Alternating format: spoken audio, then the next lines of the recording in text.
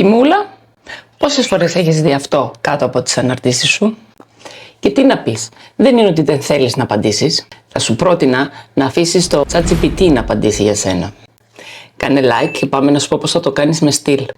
Ζήτησέ του μία απάντηση που να είναι και φιλική και επαγγελματική και να κλείνει με μία παρότρινση. Θέλεις κάτι πιο έμεσο? Μπορεί να σου γράψει κάτι που θα περάσει την τιμή χωρίς να την πετάξει έτσι ξερά.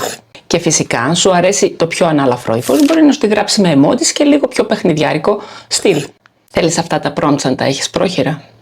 Γράψε μου τη λέξη τιμούλα στα σχόλια και θα σου στείλω ένα PDF με τις 3 εντολές αυτές για να έχεις έτοιμες τις απαντήσεις όταν τις χρειαστείς.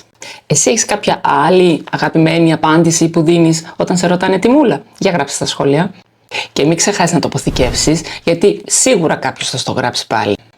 Αν σου άρεσε αυτό το tip, κάνε εγγραφή και πάτα το καμπανάκι για περισσότερα πρακτικά tips που σου γλιτώνουν χρόνο και κάνουν το περιεχόμενό σου να ξεχωρίζει.